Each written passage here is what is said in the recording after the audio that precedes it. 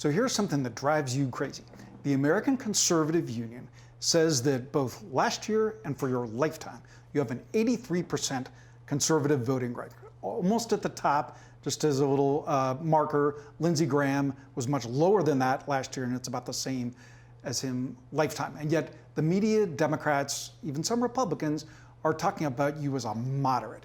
Like, where has our politics gone that you are being tagged as being a moderate? I think it's more, how to phrase this.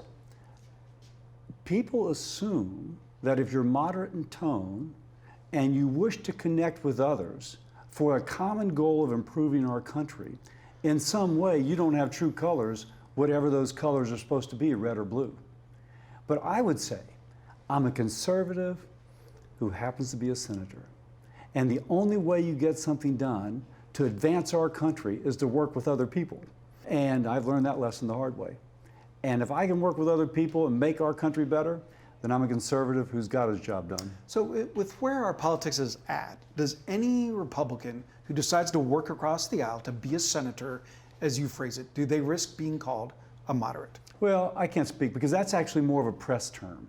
I'm always smiling when some press person says that, and I'm thinking they've not done the research such as you, because there's multiple other press sites that would, 538 for example, that would have my conservative rating. Well, Republicans will say it, Democrats will say it. Yeah, of course. Well, but I do find that seems to be shorthand for a reporter. So what we need, frankly, are reporters doing a little bit more homework, a little bit less kind of heuristics, if you will, and a little bit more, wait a second, this is a more complex story. And that's what you're doing here, and I appreciate that. What's broken in Washington and America that it's politically risky for you to work across the aisle?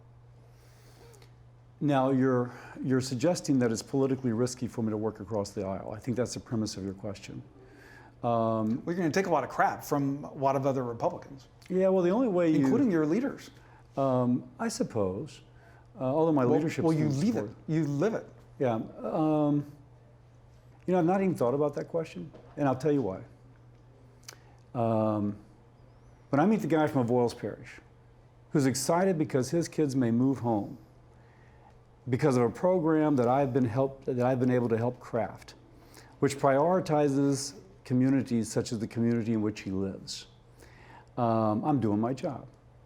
Now, I may take some flack, but that's okay.